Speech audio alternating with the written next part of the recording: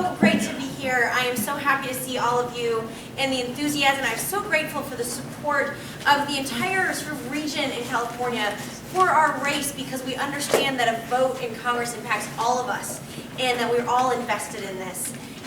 Usually when I'm out in the district, our district is very rural. I love it. I'm 5 generations from our district. My great-great-grandparents came over on covered wagons and landed outside of Auburn, and I still maintain gorgeous acres of forest land that we've had today. I even paid property taxes on a gold mine that my great-great-grandfather won in a poker bet. Talk about roots, right? And I grew up with a deep commitment to public service, and I spent my entire career devoted to public service. I spent 10 years working for the State Department, the Defense Department, and USAID all over the world, including several years on the front lines in Iraq at the height of the war, dodging mortars and rockets.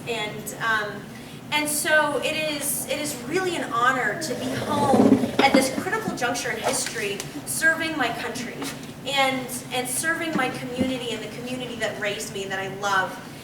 And tonight I'm really excited to talk to you guys because I get to talk about some things that are a little bit dearer to my heart. And I stood on the steps of the Supreme Court on a beautiful sunny afternoon in June a few years ago. And I stood there while I watched our Supreme Court declare DOMA unconstitutional. And this was an incredible moment to watch everyone come together and see the results of years and decades of fighting and struggling and striving finally get the highest court in our land to officially declare that someone cannot be discriminated against because of their sexual orientation or their gender, that everyone is an equal human, an American, and a citizen under our Constitution, and that's protected. And today I'm running for Congress because I'm really concerned that I am watching our rights erode little by little by little. And as a strong ally, I am here to make sure that that erosion doesn't go any further. So when Jeff Sessions comes out and says that transgenders can't be protected in the Justice Department from discrimination, that is absolutely wrong, and we need to shout from the rooftops that is wrong, and we need to get him out.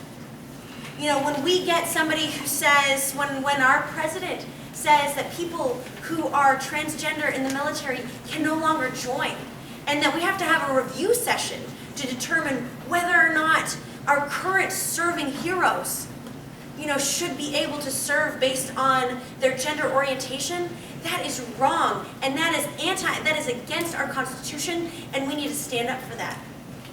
And we need to stand up against it. Because when I was out in Baghdad, I never looked at somebody and asked what their sexual orientation was. When rockets and mortars are coming down, we are all defending each other, and we're defending our country out there and surviving. You don't pause and question. When I was working at U.S. Pacific Command, I was a civilian. At Pacific Command, I was there when we repealed Don't Ask, Don't Tell.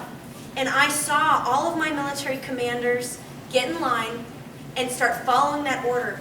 Even though they may have had personal differences with some of those, it was still a personal struggle for some of them, they were respectful, they were gracious, they were encouraging, and they were welcoming. 2 of my best friends when I was over at that command were an amazing, lovely lesbian couple who were my same age. We had a great time together, and they were my peers, and I happened to be a colleague of their commander.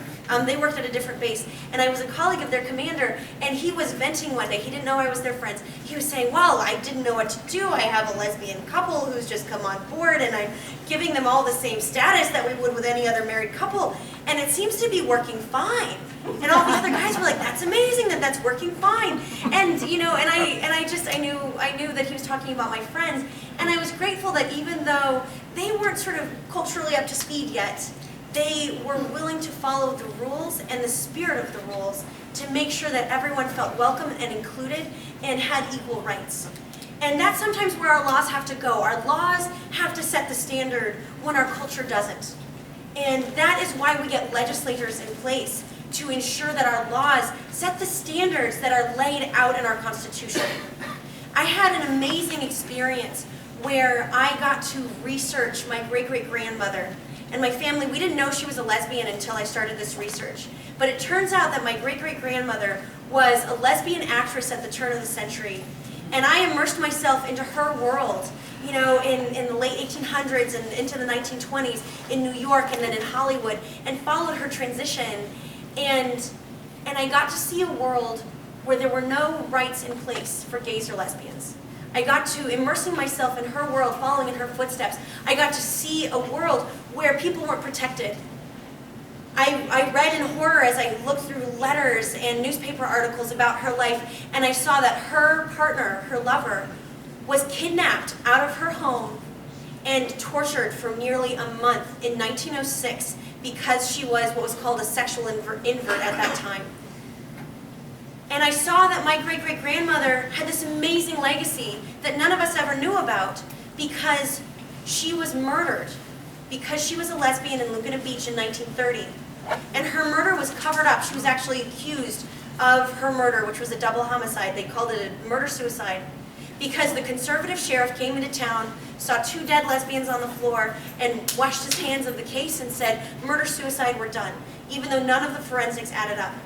And I spent almost 6 months researching this story because I felt it was important for us to see how far we've come as a country in terms of rights and what is at stake and what is at risk if we do not hold our ground right now to take that stand to protect the rights of every citizen in our country, regardless of who they choose to love, how they love, or what their gender orientation is. You know, we need to take that stand today.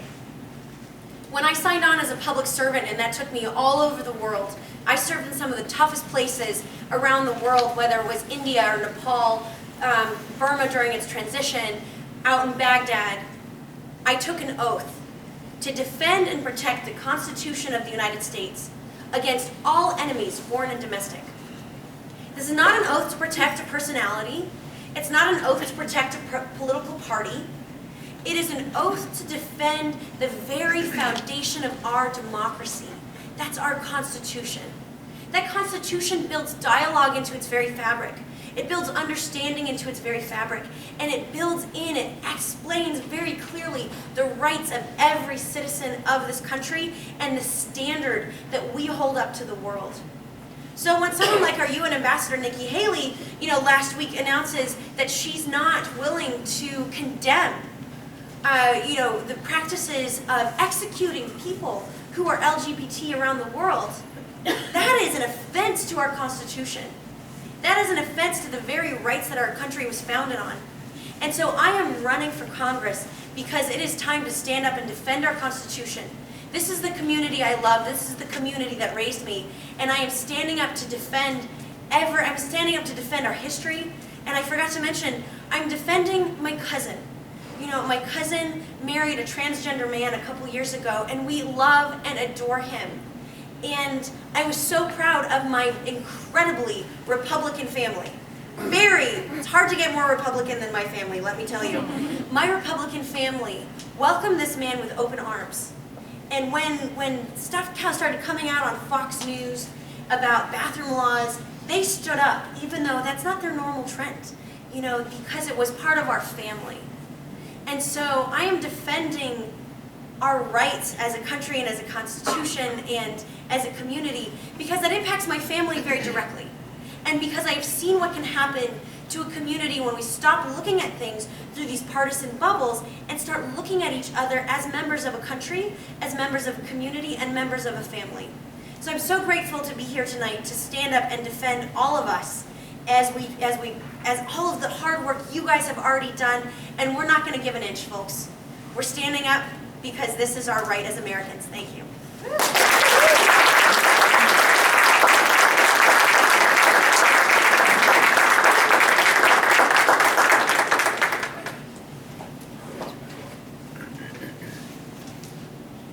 Thank you so much. Now, you guys are sounding pretty fired up tonight. Yeah. You were pretty loud before, but some of you might not realize Tom McClintock lives in Elk Grove. You might be able to hear us if we're loud enough. So can I hear it again? Who's ready to meet Tom McClintock?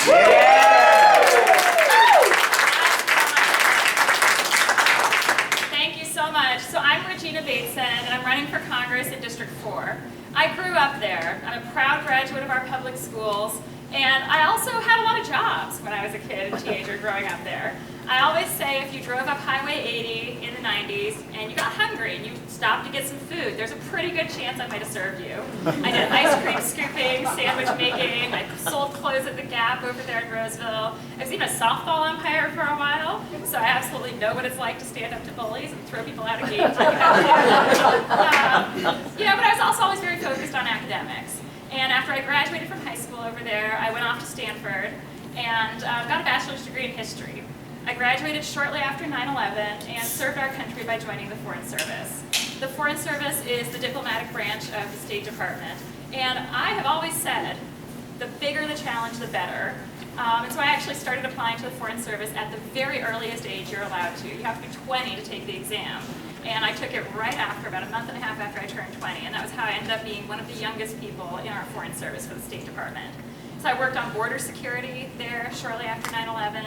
And I also speak Spanish very well, and they realized that quickly and sent me off to Latin America. So I worked at the U.S. Embassy in Guatemala City for a while.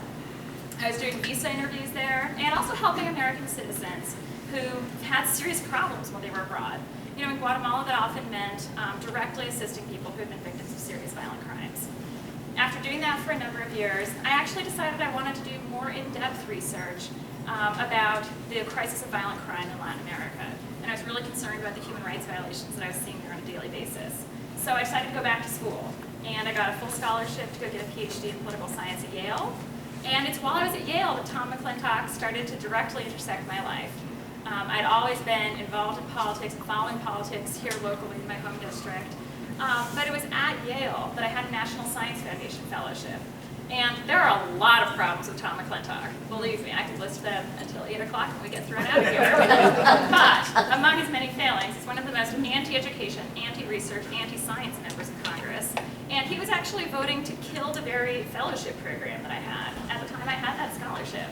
I rallied some students that are from the area originally, who were also doing PhDs at the time. We sent back a press release, actually got articles in the Roseville Press Tribune and the Auburn Journal, criticizing him for taking scholarships from young people from the region. But he got reelected again and again because people weren't running against him in an effective way, really putting his record out there for scrutiny. So I continued on with my life also. I finished my dissertation, around the same time got married and had our first son. And then I got a tenure-track job at MIT. So I taught there for a few years, and was there actually when I had twins. Some of you might see, well, there's a lot of reasons to shake your head, because if you go look at that flyer, you'll see that I have a whole bunch of little kids. It's by having a set of twins that ended up happening. And we actually have 3 kids under the age of 5, which I don't recommend. And, you know, they were actually with me on election night in 2016. As many of you who are parents have experienced, infants have a way of waking up in the middle of the night. And on election night, our twins insisted on getting out of their cribs, being held. They were throwing a fit. It was almost like they knew what was about to happen. And so I was there on our living room rug holding them, you know, kind of awkwardly like this because they're twins, when we realized what the future of our country was going to look like. And I looked at them, and I thought about the fact they were going to be growing up in a world now for the next several years where all of a sudden our model of leadership is bullying. And I said, what am I going to do? You know, I have to do something. I can't let this happen to my boys. They're all boys that I have. And I didn't know what to do at first. Some of you might have felt the same way. I tried giving some money here and there, but that's not my unique contribution in the world. You know, I'm not Bill Gates. I'm not going to make the biggest impact that way. I'm not even your PAC, which sounds very well endowed. Seriously, you guys do some impressive fundraising here, right? You know, so then I kicked around other ideas, and I came back to Tom McClintock. Because there is no reason why he should be representing us in District 4, and he is a threat to all of our rights, both in the district and nationwide. So I said, I'm going to do something about that man. At first, I thought about forming my own super PAC. It was going to be called the Committee to Defeat Tom McClintock. I encourage some of you to do it too, if you're feeling inspired to do it. And there's a tremendous activist movement that was getting started around the same time against McClintock in our district. Some of the people here tonight are part of that, in fact. Really holding him to account and getting people to wake up and see that even though our district is a bit more conservative than the rest of California, we're actually very moderate. A lot of the public opinion data from our district, for example, is right in line with national averages. And we're being represented by somebody who's a Tea Partier, who's on the fringe and the extreme of his own party. That just doesn't make sense, you know, and people are waking up. So I saw this activist movement starting, and I thought, fantastic. I'll figure out who's starting their campaign good and early in a way that I can get behind. But the answer was that people weren't thinking in those directions quite yet. And I even tried to recruit candidates pretty early on, but couldn't get anybody to sign up to take on the task. And a teacher of mine, actually, from high school, sent me a letter. This was in early April, really encouraging me to actually run. Said, you're from here, you understand people here, but you have the national and international experience that you need to make this happen. You should do it. Now, I'm a sane person. I really liked my old career, being a professor. There is nothing I love more than teaching. But I went to one of McClintock's town halls on April 8th. That's enough to push anybody over the edge. I have never seen a politician treat his own constituents with such disdain and contempt. Never. And so I was sitting there, and I looked around that gymnasium, and I said, this is a room full of really good, decent people. Why does that man have the microphone? And I couldn't come up with a good answer for myself. So I went home, and by the magical and dangerous power of the internet, made a website that very same day. It went public on social media the next day, and we were off and running. So since then, we've launched a large campaign with more than 120 volunteers. We've broken local fundraising records in the first quarter and exceeded that total in the second quarter that we're about to report now. And I'm really excited about the vision for our district. You know, nobody in our district stands for discrimination, for example. That's something we can all agree on. And this race really matters to me. I'd have to talk about other issues. But it really matters to me because throughout my whole life, I really have had a commitment to equal rights and to human rights. And for me, that started way back in high school. Now, since I got into this, I've had some people who are political professionals tell me that I'm crazy. Say, what are you doing? You know, stepping away from your academic career to take this on. It's a suicide mission. And I don't think so. But I just really believe in standing up for what's right because I've always done that. In Placer County, you know, way back in the year 2000, I stuck my neck out there, and the very first campaign I was significantly involved in was fighting Prop 22. People thought I was crazy then too. And these were the early days of being able to print your own campaign materials off the internet. I printed out my signs, I stuck them to binders, I taped them onto car windows of our family's cars. And at the time, I did not have a single openly gay or lesbian friend. But I just said this is wrong. There's no reason why we should be codifying discrimination essentially in our society. And that commitment has carried me through everything else that I've done in my education and my career. When I was at Stanford, I worked on human rights trials, trying to get some justice for survivors of human rights violations in El Salvador during the Civil War there. I saw that Spanish-speaking immigrants and workers weren't getting the legal representation that they needed, so I actually helped to start a volunteer interpreter program at the Community Law Clinic in East Palo Alto. When I was in graduate school, I saw that women, people of color, and other folks who don't fit the standard mold of what an academic looks like weren't being admitted to graduate programs in the right numbers and weren't being retained. So I got involved in a mentoring program to try to change that. I've always been somebody that's willing to stand up for what's right. And I'll tell you this, just to close, that I even managed to do that at 9 months pregnant once. So I was also in Washington, D.C. When the defense of marriage case was being argued. And I had gone to an appointment downtown it was a hospital-based midwifery practice near at George Washington University. And they told me, you know, your baby's probably going to get born pretty soon. Why don't you go for a good long walk? So I actually waddled myself all the way over to the Supreme Court and turned up. What's that? Well, that was when the case was being argued. Yeah, but from GW, I went on a long walk. I did a lot of walking back then. And, you know, but it was something very special to me because I wanted to be able to tell, you know, my son that we were actually there when our country was changing for the better. And that's the kind of vision that we need to have. I think we need to have advocates who are actually going to fight for our rights in Congress. So thank you very much for the opportunity to be here.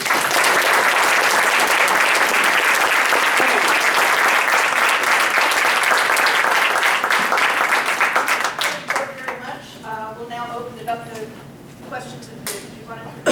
If I ask the first question. Go right ahead. Thanks again for both of you being here, and it's great to see such great qualified candidates, especially women candidates, going up against McClintock. It's amazing. One question I have is thinking about how, it seems like the previous elections for that district have been sort of getting closer and closer, but nobody's really made it across the finish line against a candidate there from the Republican Party. What is it that each of you think is sort of your strategy to sort of get across that finish line? What are you going to do differently that'll help put you in the win column versus some of the folks that have tried in the past? Sure. Sure. Yeah, no, it's a great question. I mean, he's really asking, what's our strategy? How are we going to beat McClintock? Because when you look at the numbers in the district, it's intimidating. We've got 130,000 registered Republicans, or 130,000 registered Democrats, roughly 190,000 registered Republicans, 100,000 independent voters, and then 100,000 eligible but unregistered voters. So there's a couple sort of elements to this strategy. First, you have to get a higher voter turnout among your Democrats. We need to essentially have a presidential level year turnout among our Democrats in a midterm election. McClintock won with roughly 130,000 votes in the last midterm. Bob Durlett, the Democrat last year, lost with about 130,000 votes. So if we can get all the Democrats out, that'd be great. Our millennials are the second largest demographic in the district. They vote at about 54% voter turnout. So if we can get our millennials to come out and inspire them to join this campaign, then we will get that higher voter turnout among Democrats.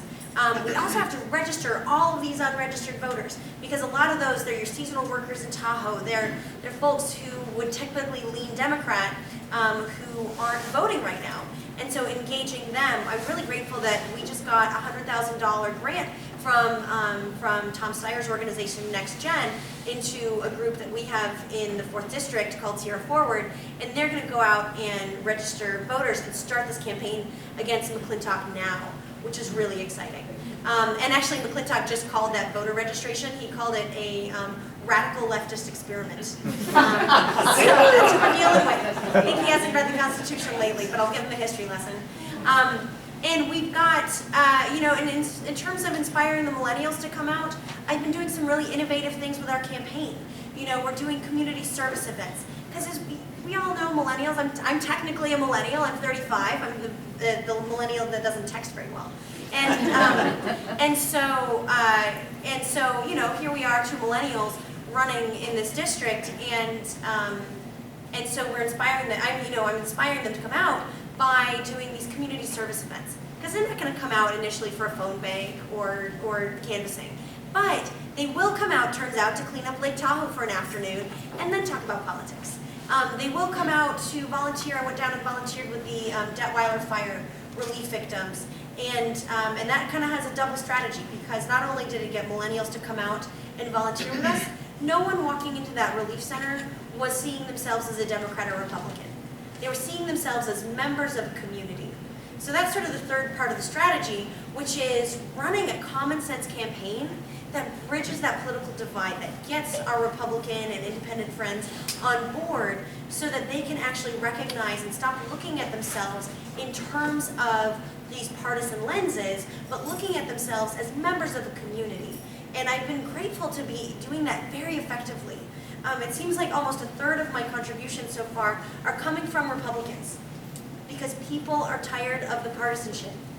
And I'm not diluting sort of my message or the strength or the values that I'm running on to get them on board. I am helping them see these values as part of their community, as having an impact on them directly.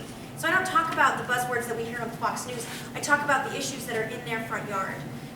And so, that's really, I guess the last part of the strategy is fundraising, where, typically since McClintock took office in 2008, we Democrats have raised between $50,000 and $100,000 for their entire election cycles. And that's not competitive. That, McClintock raises between $1 and $1.5 million, and no one gets the message out. No one gets the message out to demonstrate the actual damage that this man is doing to our community. And so, we have, our fundraising numbers are going to come out in just a couple days. Pay attention, you're going to be impressed. And so it's really exciting that we are going to give Tom McClintock a real run for his money this time. And then once I get into Congress, we'll work on getting money out. So that's the strategy, that's the plan, but a huge part of that is this grassroots movement that you guys are all a part of. That has never existed in this district before. The estimates are between 10 and 20,000 strong. We're having people like show up at events and they have made little Morse for Congress homemade buttons that some of my supporters are wearing here tonight, and even their homemade bumper stickers. When you get the grassroots out making you crafts, you got it. And they're inspired and fired up and ready. And so we're building a campaign that can really help project that message and get McClintock out.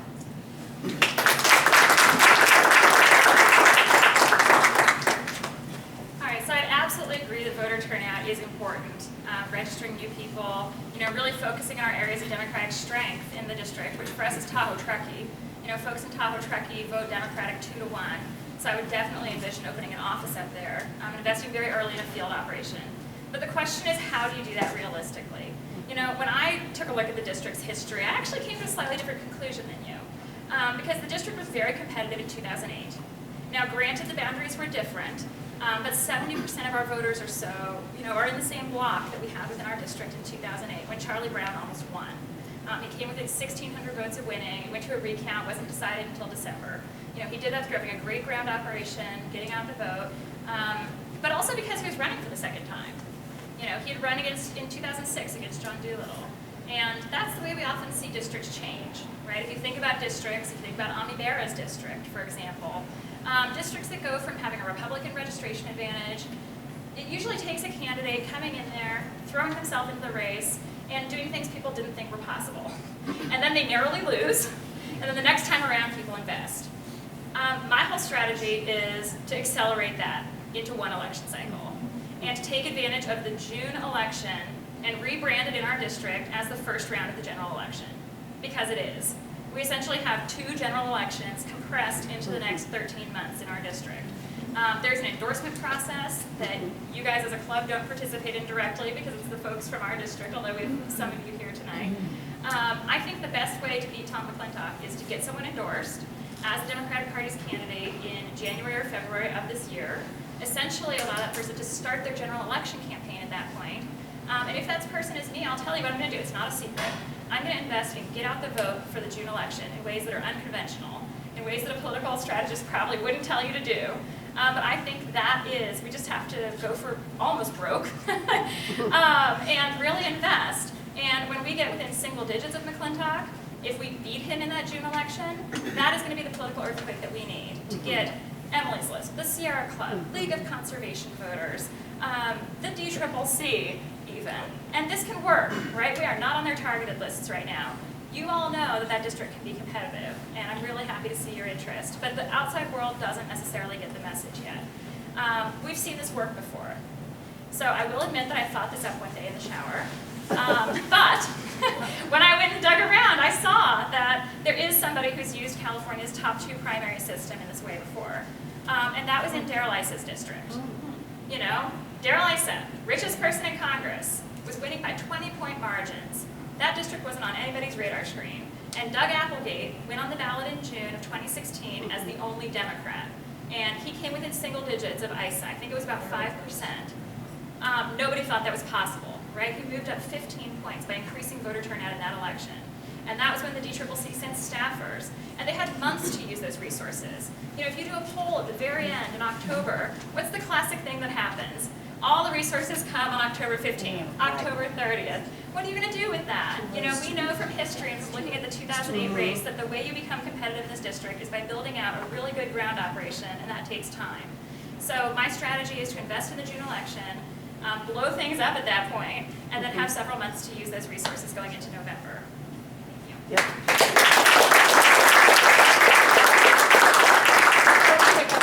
I just want to say one thing, because you both mentioned it, and that's registering folks to vote. If there's anybody here who is not currently registered, or if you have moved since you last registered, right up on that table up front is a voter registration form. If anybody wants it, I'll be happy to get the clipboard and send it around the room. Is there anybody who needs to register? Oh, okay. Okay. Okay, good. Yeah, we get it. Send it over this way. Thank you. Other questions? Hi. So many of us are skeptical and actually very leery about the Democrats' willingness, political willingness to do anything right around healthcare.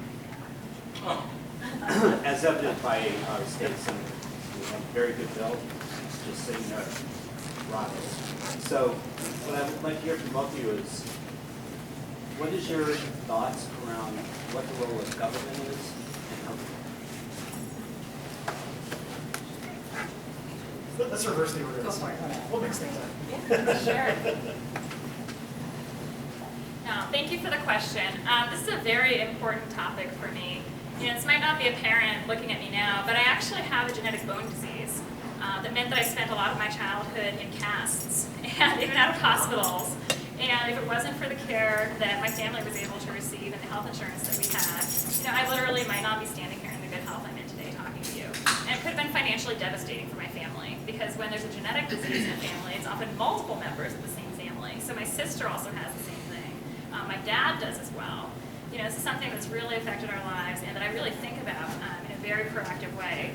You know, when I was doing actually a public interest law fellowship for just 3 months in between when I graduated Stanford and started the Foreign Service, for example, I had to go out and shop for my own health insurance. And this was before the Affordable Care Act. I couldn't be on my parents' insurance plan. And I remember that the terrible individual insurance that I went down, I think it excluded my bones. I mean, what kind of insurance is that? You know, and I'm a very responsible person. I was really personally very anxious. What's going to happen if I do get in a huge car accident that's no fault of my own in the next few months? What's going to happen if I get in some big physical injury, you know, and do have significant bills that somehow are related to my bones? So I absolutely believe that access to affordable health care is both a right and a necessity.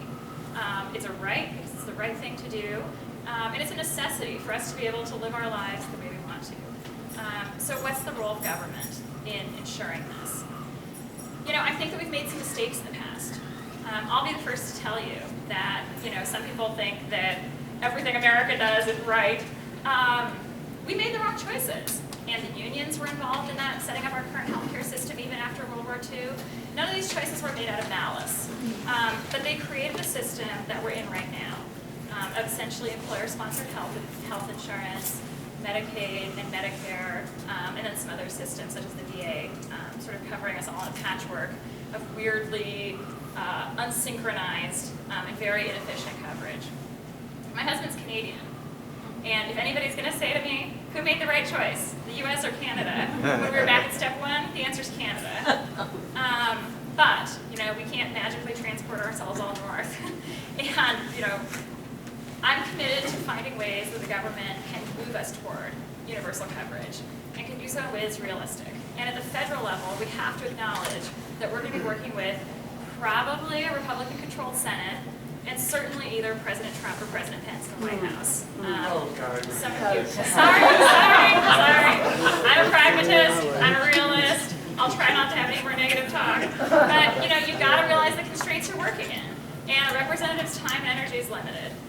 For our district, the Affordable Care Act has made huge improvements. It cut the uninsurance rate in half in 2 years. It's provided some critical funding for our rural hospitals, for our rural public schools even. We can't allow that to be threatened. And we've seen when we look away, there's a new threat to the Affordable Care Act that comes. So I'll tell you that my current priorities are first, protect and defend the Affordable Care Act. Second, improve it, stabilize the individual markets. I've committed to joining the Problem Solvers Caucus if elected. And one of their current emphases is passing legislation to ensure that the cost-sharing payments that are owed to insurance companies are actually paid to them. You know, I always say that the Affordable Care Act, no program is perfect. One of its major failings is that it was not meant to withstand a Donald Trump presidency. It was written with the assumption that there would be a rational individual in the White House. We're not in that world anymore, so we need Congress in the very short term to step up and act, to legislate and guarantee that there are more predictable payments that are going to be coming to insurers, for example. So, you know, first, protect and defend the Affordable Care Act. Second, stabilize the individual market as it exists now. Third, work on reducing the cost of prescription drugs. That would be my next priority, and that's something where there is a good amount of bipartisan agreement in Congress. You could see action there in the next 2 to 4 years. And then look at ways to move us toward universal coverage. Thank you.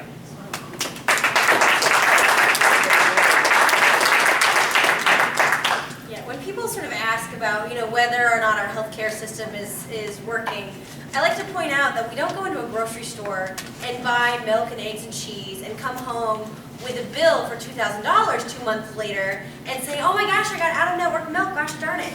You know, there's something fundamentally flawed with our healthcare system, and it is creating an entire huge weight on our economy. And the Affordable Care Act gave us some relief. You know, I have quit my job to run for Congress full-time, so I am on the market, and I am deeply grateful that here in California we still have a market, and that it is working. And there's also over 140,000 people in our district who are on Medicaid, who are dependent on this government-funded health care.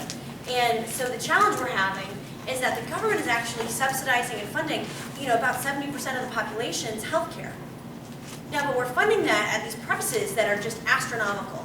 Pharmaceutical companies, we don't know what's driving up the costs. Whether it's that they have a monopoly or is it actually R&D? We don't know because there's no transparency. California just made an amazing step in passing a transparency law for pharmaceutical companies. We need to do the same thing for hospitals. You know, our hospitals, we go into hospitals and we're asking what's driving up hospital costs. Is it possibly all of the people coming in without insurance and that cost gets transferred throughout the entire system onto everyone? And so the cost of having this middleman insurance system in our market is actually driving up costs. Whereas if we lower these costs, then we can actually find a sustainable way to affordably pay for not just 70% of the population, but 100% of the population. And that frees up our economy really dramatically, because suddenly you don't have people making questions, you know, struggling under medical debt. You don't have people determining what job to have or what job not to have based on the health care provided by employers. You don't have people questioning, you don't have employers questioning if they can hire more employees, but they can actually create more jobs because it's no longer the burden of our private sector employers to provide health care. It is understood as an investment in human capital that is the foundation of our country and our economy.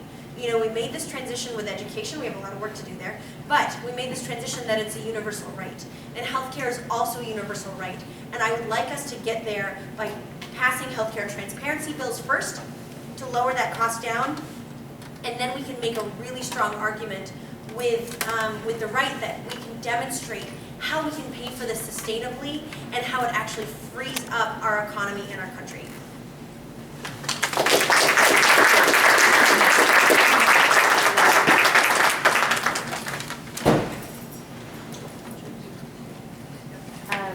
Hi, my name is Evan Minton. I was just wondering, because this is something that I'm going through on a personal level right now, and then it's something that we're seeing at the national level as well, and that's the intersection of, you know, religious freedom, religious liberty against, unfortunately, many members of the LGBTQ community. And we didn't ask for this fight, you know, but unfortunately we find ourselves, the victims often have it. And so I'm wondering, you know, what is your take and how would you strike the balance between religious freedom or religious liberty and the civil rights of the LGBTQ population? Well, yeah, whoever wants to go first. Sure. I have a short, quick answer to this. We do not allow churches to discriminate based on skin color or race. So I don't know why we would allow religions to then discriminate based on gender. You know, these are constitutionally protected, and we have the separation of church and state. But we need to understand that religions shouldn't be able to exclude people based on, you know, you can't sort of supersede someone who, anyway, I mean, there's a very simple line that we protect civil rights in every level, and this is a civil right, and it should be protected the same.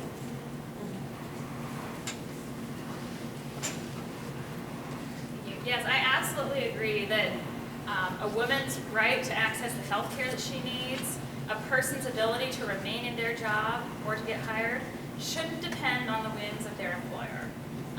You know, it's also really honestly just puzzling to me. Maybe some of you have heard a better argument than I have. I'm not sure how a corporate entity or a large-scale organization, you know, can hold some of these religious beliefs either. You know, it's a matter of personal conviction. But as Jessica said, I think this is an area where we both agree. It's absolutely wrong. And some of it is in the hands of the courts. And I think that we've been lucky so far to see the courts stepping up and doing the right thing time and time again with a lot of different parts of the Trump agenda. I know, fingers crossed though, fingers crossed. And they don't just, they look to their jurisprudence, they use their expertise, but they also look to the prevailing sentiments in society. And so that's where, I can pledge to you that even if something's out of my immediate control, even if I can't control what the Supreme Court's going to do, I will be standing up and being a leader on these issues. Because I think that, equal rights are equal rights. And again, someone's ability to go about their life, to work, to access health care, shouldn't depend on sort of the views of the organization they're working for. And again, I've thought about this myself because when I was interviewing for academic jobs, I had a couple of interviews at religious institutions also. And it was something that crossed my mind. Again, how, as a younger person planning out a family, how am I going to pay for things going forward? Do I want to be working in an environment where my employer's religious views could essentially be imposed on me or could create significant constraints in my life, in my teaching, in my relationships with my students? How could I really stand up for the values that I hold working in an institution that might not always share those? And that was part of why I ended up teaching at MIT. I'll tell you that very honestly. Can I do a follow-up? So what I think I heard you say is that if this issue or a similar issue goes before the Supreme Court or another entity that you don't necessarily have any influence over, except perhaps as a spokesperson, can we expect you and you as well to speak out on these issues in favor of LGBTQ rights if any issue like this comes into the public sphere? Yes, absolutely. Yeah, very clearly. And I think that's the obligation of a representative. Again, it's not just pure legislation, it's also showing leadership and standing up for people's rights in every way that you can. Thank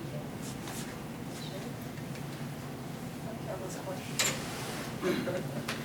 Hi, my name is Cecile Nunley. I have a question. It's two issues in particular. One with regards to DACA, as well as the bail reform, because so many in the African American and especially African American transgender really get hit hard.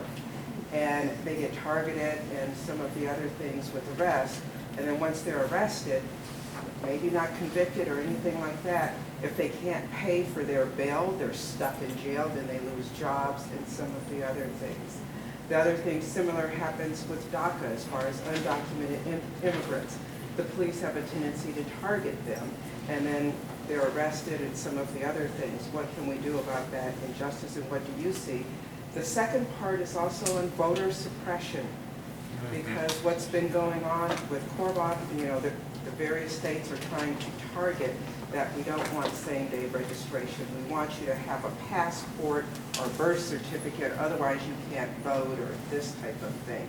And I know both of you talked about grassroots, getting those people out there. There's so many that are unregistered. What can you tell me about those items very specifically? Sure. So let's see if I got it right. So bail reform, DACA, and voter suppression, voter registration. Okay, quick question, easy. On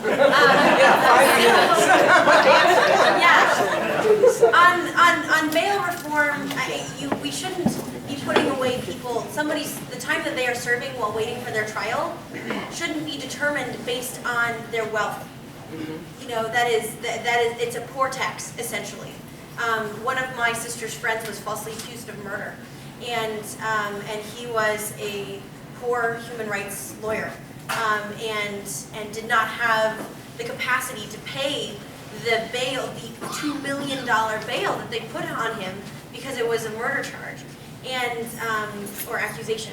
And so we put together a Kickstarter fund, and we all put in this money, knowing that what you don't realize if you don't go through this with somebody, I didn't realize until we went through this, that you don't get that money back. Yes. You don't get that bail back that you put in. It's not that they hold it as collateral. You never see it. And so it is a huge tax on the poor, and it is a discrimination that is built into our system that immediately needs to change, and I would fight hard on that. And in terms of DACA, one of the reasons I'm running is because one of my friends, he's a dreamer, and he has actually married an American woman, which you'd think, oh, well, he's home free. No, it turns out he would have to leave his children for 10 years. His children, who are ages between like 1 and 5, for 10 years to be able to go get his green card and come back legally.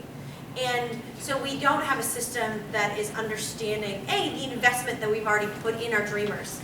You know, our dreamers went, you know, they played on my soccer teams with me. They went to our public schools with us.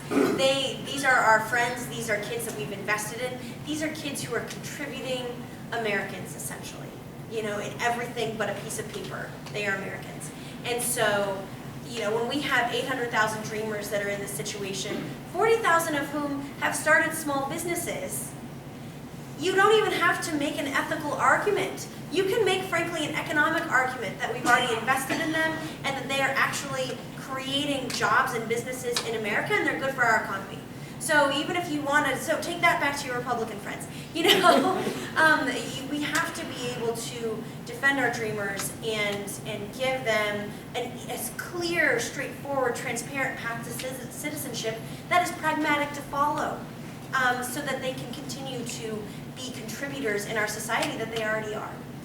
Because when you force people to be part of an underground economy, it erodes your entire economy. It makes people vulnerable. It allows a black market to flourish. It is a drag. It's like putting out a big sail behind your boat that's dragging it in the wrong direction.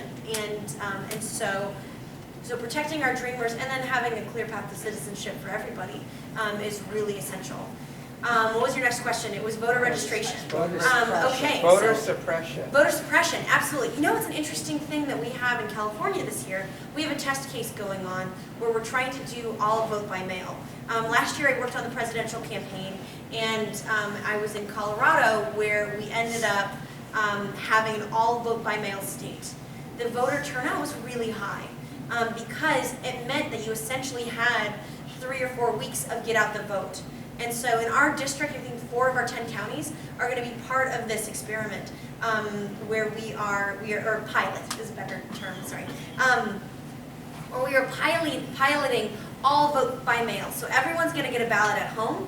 They can take that, and they'll actually be voter booths open for about 2 weeks before the election. And so they'll be able to go in and have that opportunity to vote. It actually gives us a really huge advantage in terms of a get out the vote strategy, because that means we have 4 weeks to get everyone, make sure everyone can get to the polls. That you're not gonna hit these problems right at the end of somebody can't get the day off work, or somebody can't get public transit to the polls, which is particularly critical in a rural area like ours, where we don't have an effective public transit system, also something I want to work on, and so being able to make sure that everyone can A, get their ballot. First, that's why we're doing this huge voter registration push. You know, we're going to show up where people are. We're hitting the high schools, we're hitting the ski slopes, we're going out to these rural communities, finding people at church, wherever they come out, we're going to be there with voter registration ready for them so that they make it so easy for everyone to have access to voting. And then once we get their ballots out, we're going to have a huge get out the vote effort where folks can drive people to, if they want to vote in person, where people can go pick up their ballots, where you can help people make that connection so that they can actually get their right as a citizen to be exercised. Did I hit everything? Yes. All right.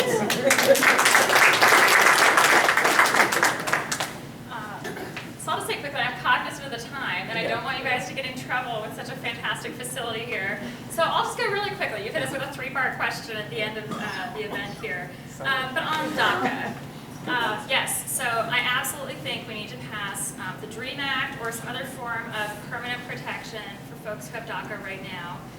There are different ways that could happen moving forward. I would love to see that happen as part of a great, rational, grand, bipartisan immigration reform bill, which would include a path to citizenship also for other folks who are here who don't qualify for DACA, but who are undocumented, who are willing to pass background checks, pay fees, and be able to take their place in society where they're already contributing, as we know. But to do that, again, we have to be realistic, right? Part of any grand compromise is going to be some increase in enforcement. So I think we need to do that in a way that's fair and just and humane and actually improves our national security as well. My proposal would be to fully fund and build out a biometric entry-exit system from the U.S. This was recommended by the 9/11 Commission after 9/11, and it's never actually happened because it's never been funded by Congress. This would cost a fraction of Trump's and McClintock's beloved border wall, and would be more effective. Because I can tell you, there is nobody in Congress right now who's ever worked in our immigration system. It's crazy but true. Nobody from Customs and Border Protection, nobody who's ever issued or denied a visa. If I were in Congress, I'd be the only person with that experience. And as a consular officer, you know, we can see when people enter the U.S. if we're renewing a visa. You can't see when they left. It's crazy in most circumstances. You have to look at their reentry stamps into other countries or try to piece things together.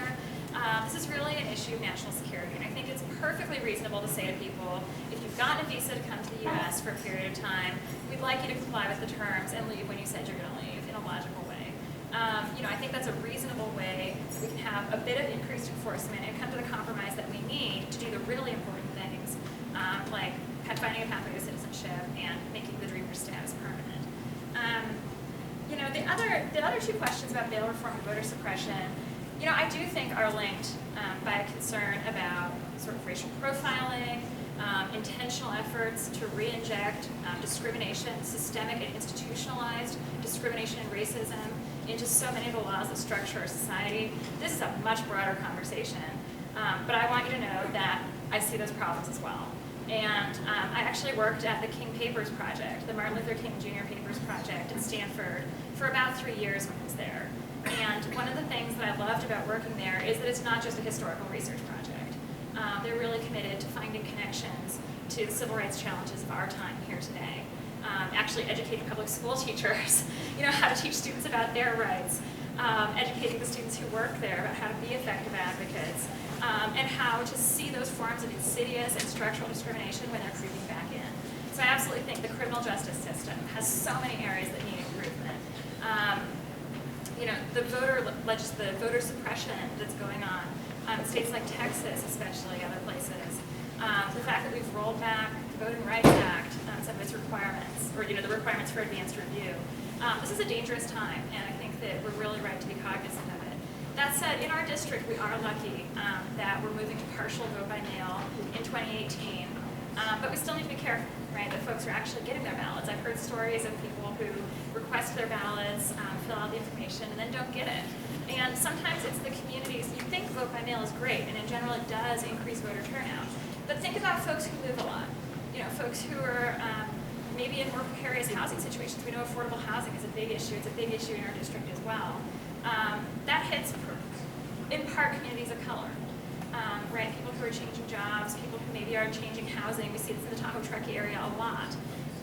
You know, we have a big Spanish-speaking community there, for example, and people who are working in jobs that, you know, the local economy is far out of whack with the cost of housing there, and so they're changing addresses all the time. In a situation like that, we really need to be attuned to, again, some of the more pervasive, unintended